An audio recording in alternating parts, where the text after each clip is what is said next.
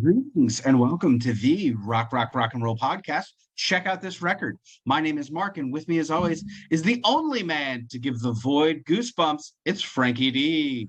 That's right, everyone. You got a void. I'll fill it and give it some goosebumps along the way. To check out this record, we're available for your listening pleasures on Spotify, Apple Podcasts, Amazon Music, or wherever the finest of fine podcasts can be found. Heck, we're even on the tube of you. That's right. Now, new episodes, they drip to the drop directly to your ears. And of course, we like to rip what you hold sacred for your listening pleasures. That's right. So what is Check Out This Record? And how did you get into this bathtub? Well, as far as the show goes, Frank and I find records for each other to, check out. But that's not all. Oh, no. We also have a wide array of musical discussions, like in our Spotlight series, where we'll dig into a band's catalog and see what comes out the other side. As far as the bathtub, I'm not really sure how you got there. Frank? That's right. Or in our Versus series, we're going to pit 2, sometimes 3 albums against each other, and they're going to duke it out for total stereo domination. That's right. Now, if social media is your Jimmy Jam, please be sure to check us out on the Instagram or the Fart Book. We've got a group thingamajig so that the musical roasting of Sacred Cows just never has to end. You can just go on there anytime you want and talk about what shit U2 is. It's totally fine. So go ahead and mark yourself safe from shitty music by giving us a like and a follow or whatever it is you do when you're not betting on who will die next in your celebrity Deadpool. Don't forget to pop over to the world famous tube of you and me and watch us as me and Mark make silly faces and we try to put the show together, and be sure to fire off bing, that old subscribe button. That's right. Okay. Now that we've gotten all that out of the way, we're here to talk about Hot Water Music's 2022 release, Feel the Void. We've chatted a bit about the band's background when we did the big old battle royale between Hot Water Music's Caution and Avails over the James. Now the whole Gangsville Florida gang returns, Chuck, Chris, Jason, and George. However, they've brought with them a friend. Yeah.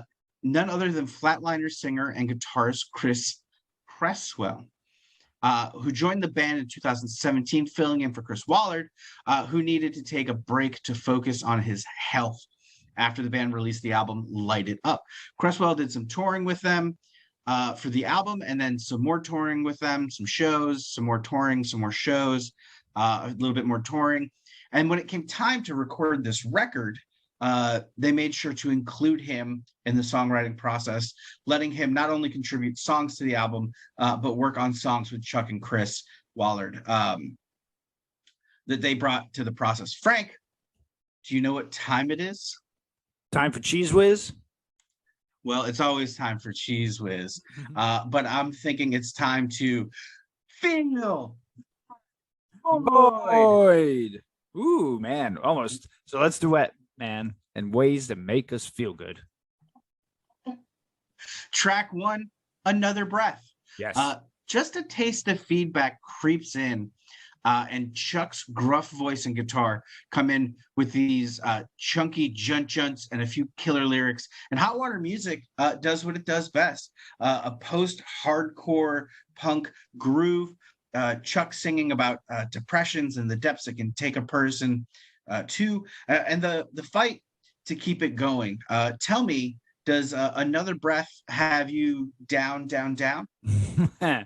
Dude, what an opening track. I mean, Reagan's voice shreds here, and that chorus offers what I feel might be some of the band's best work. Such harmony in places you least expect it, and it's a heavy tune to start things off. My cousin, who's a huge metal fan, heavy stuff from current bands, found this actually to be right up his alley. So cool. Very cool. Track 2, Killing Time, a big anthemic number here, Frank, complete with a clap part. Frank, the chorus here is really interesting. Break my silence, there's nothing left to hold. Down in the water, skin with blood and bone, round my patience and scream out all I own. I'm anxious Killing Time. Whew. Kind of odd and clunky reading it off the page, but they really bring it home. You just killing time, or are you here for it, Frank? I'm all here for it, man. The minute that C sharp octave hits, it's gonna it's a key going basically into the ignition, and we're off to races on this song. I love Waller doing the middle eight here, and the gang vocals just incredible. Great song, and it was one of the singles too, so great. Mm-hmm. Track 3, Newton Scraper. Man, Jason Black is an absolute beast of a bassman, and he's really on full display here. George Rebello keeping the cleanest time in punk rock while he's at it. Chris Waller taking the lead vocal here. It's hard to pin down, what this song is about per se, and I love when a band can captivate me with a groove and lyrics that could mean 1,000 different things, but he's really working on some heavy shit. And it's here for us to make whatever heads or tails out of it we can and apply it to ourselves. A really killer track. Frank, your thoughts? Yeah, I love anytime we get a Wallard song, and after 2 Chuck tracks, the placement of this, I think, is really perfect. The groove and the overall feel make you think and know that you think it's not heavy laden of a song, but it is. That's what I'm trying to say. And unsure what it's about specifically, like we talked about, Mark, but I'll take a swing and throw it back to the personal struggles Wallard has been going through. And I absolutely love this track. Yep.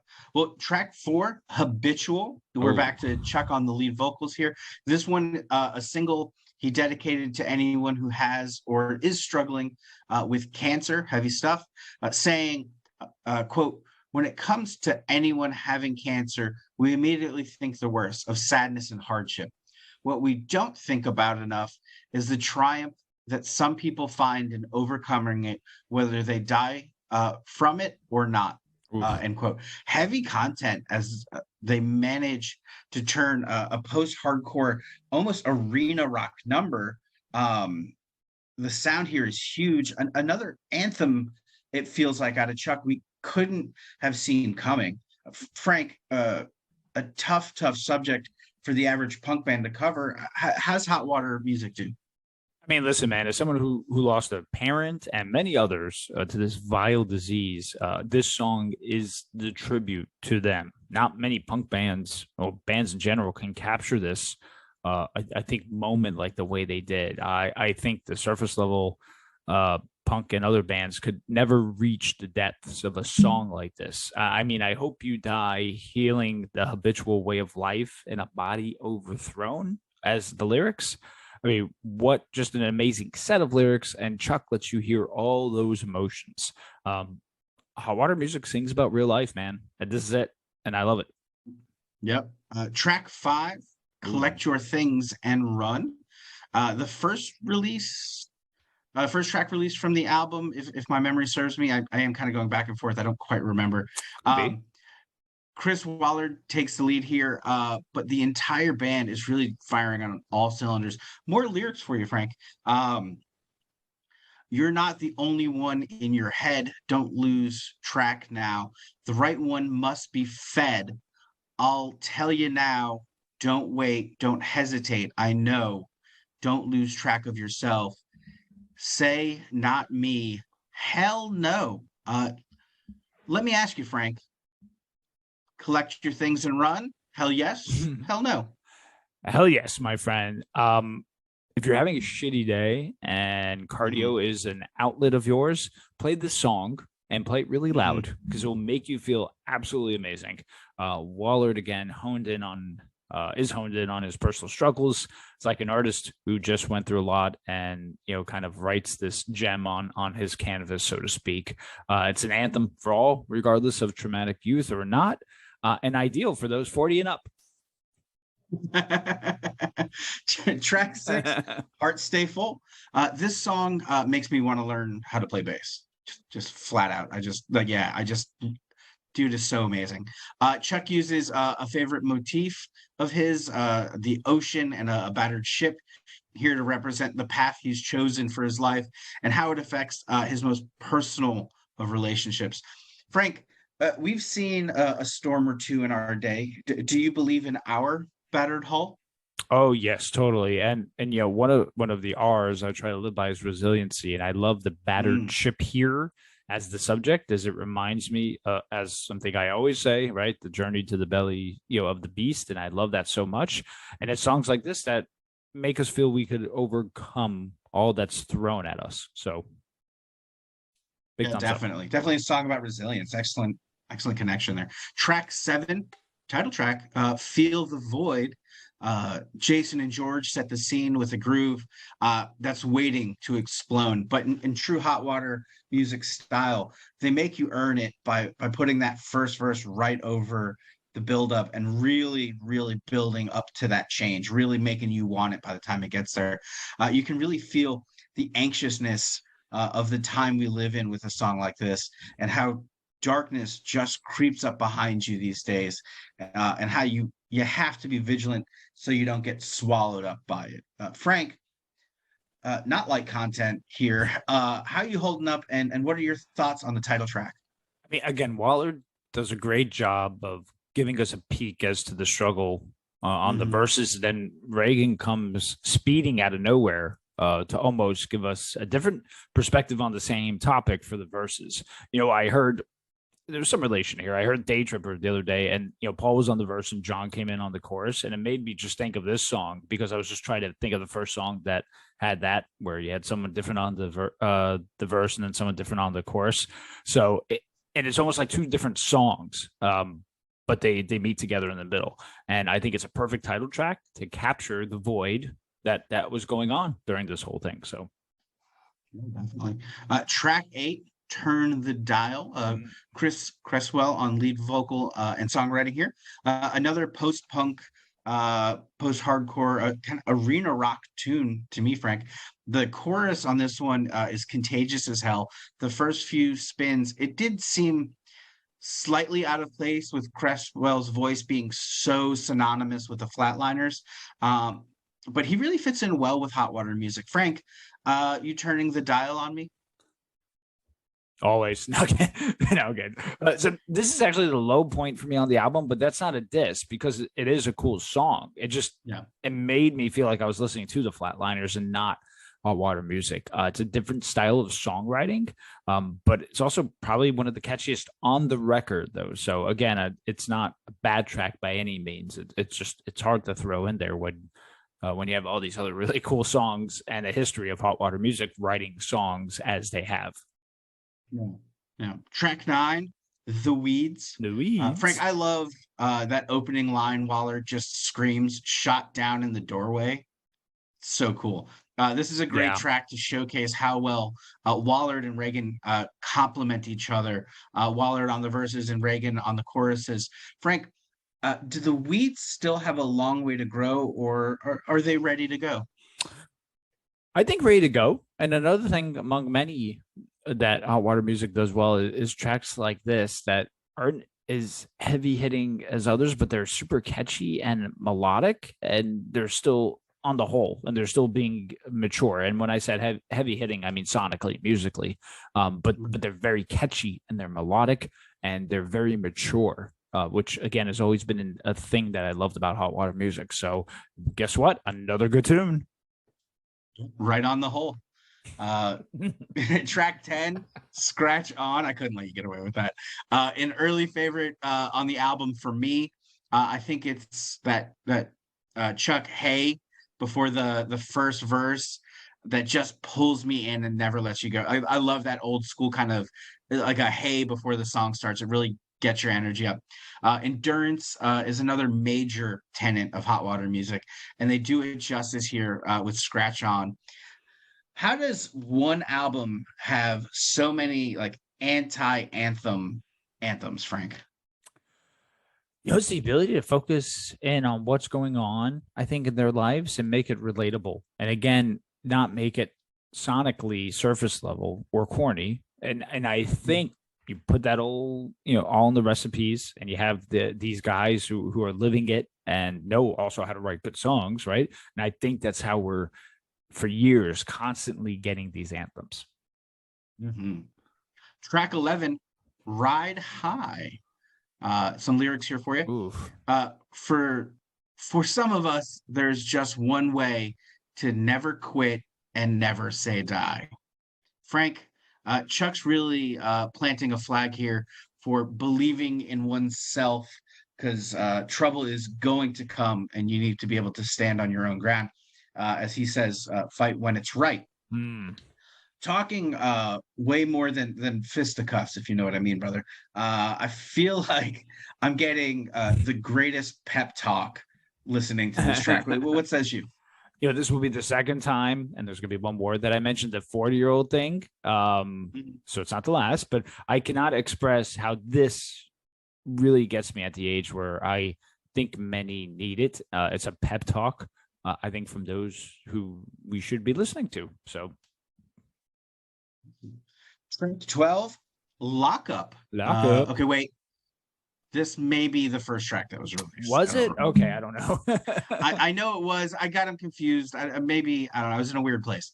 Time is like a bullshit social construct, so I'm not really worried about it. Anyways, either way, it was the last track on the album, and they leaned way into the woes here, and rock out just straight to the end.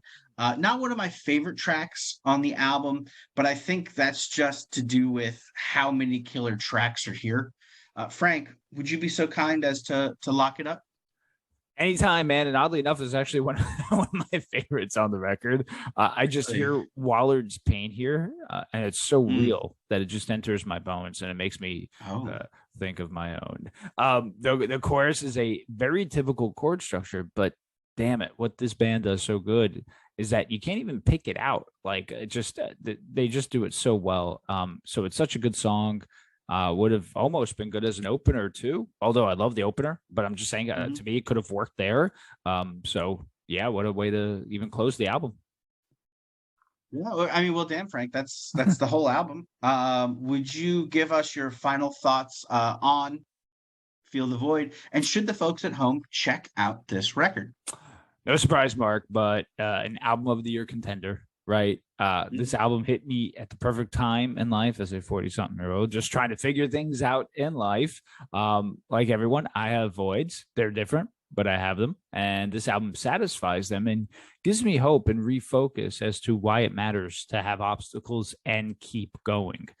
So many are such well-crafted anthems that I'm almost mad when I tell people about this album and they're like, oh, I haven't listened to Hot Water Music in years. I didn't know they were still making records. You should listen to all their newer records, and you'll be amazed. The downside to me is turn the dial, but in context, I like to hear other Hot Water Music songs with Cresswell at the helm, and I'm anxious to see how he grows in the role. So there could be other tunes that sound more sonically like, Hot Water Music songs, and not Flatliner songs with him on the vocals too, which to me is fascinating. So Another Breath, Lockup, Wasting Time, Feel the Void, Newton, some of my favorites, with Habitual being past that level, and because it's such a personal song to me. I love how you could hear the camaraderie of the band, because Reagan really stepped in during this time when one of his mates was having trouble, and they also had the debuting of a new member on vocals in the studio recording. So Reagan really stepped up here. This album gives me hope for modern rock, and I hope for long-standing bands to still crank out good records. 9.5 out of 10. So very nice. Yeah, Water Music, Feel the Void. I'm with Frank. We'd be absolutely lying to you if we didn't say this was a front runner for Album of the Year for either of us. Yeah, it's jam-packed with arena-worthy anthems that shatter the mold of what cliche anthems cling to, which I absolutely love. It's personal. It's got a timelessness about it. Yep. It feels motivational and honest. Feel the Void is easily one of Hot Water Music's best albums, not just of recent, but of all their albums. I really think it's in that top 3 range for me, Frank. Reagan and Wallard are really at the top of their games, and Cresswell is holding his weight with them. My only criticism is that I would have closed with either the title track or Scratch On, maybe Ride High. Not that Lockup isn't a cool tune, but I want a little bit more punch out of that closer. That said, put it on, crank it up, and Destroy the Void. 9.5 out of 10 for me as well. I fucking love this record. Check it the fuck out. Yeah. Destroy the Void and Avoid the Noid from Domino's, right? Hey, yo. Man, I love talking about this record, Mark. Yeah, it was fun. Frank, what record are we talking about on next week's sode? Wow. So this was a struggle for me because I came across a band that I said, this would be a cool band to go ahead and dive into. But I went back and forth some more about which album, though, to give you. Ooh. And it's always a toss-up because I don't know if I'm giving the right album because it's new to me also. Right. So the album that I do give you, I encourage in your listens to check out the others too. And, hopefully those will kind of, make you like it too. So there's a band from the 90s. And they're called Seaweed. Seaweed. Okay. Again, on Sub Pop Records. And, of course, during that time in the 90s, they're going to get placed into grunge, but they're not a grunge band. You're going to find them to be a punk band with post-hardcore roots. And the album I'm going to give you is 1995's Spanway. That's the record. That's the record. Okay. Now, there was a couple other records I was looking at as far as giving to you. The 2 years prior, they released an album called 4, and then in 92, an album Week. Those are ones I would also suggest checking out. But I settled on this album. So it's a band from the Pacific Northwest, Seaweed.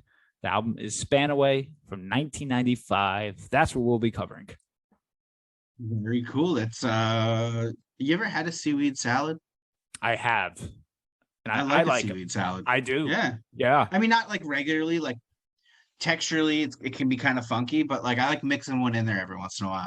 Yeah. I'm not opposed to it at all. It's definitely good, and of course, it's some of the tastiest portions of sushi. So tasty. Yes, sir. Well, listen, everyone. Thank you for stopping by and listening. Remember, like, subscribe, rate, review. Be safe out there. Look at you listening all the way to the end of the episode. Thank you so much. Thank you, my friend. We'll see you next Friday. So until then, if you'd be so kind as to say it with me. Oh, my. Oh, hell yes. Oh, bye-bye, Frankie. I'm going to miss you so much. Aw, buddy. Look at all that color you got being in the sun. Look at you. You're like a tomato. Ooh. You're like a tomato. Mediterranean pal.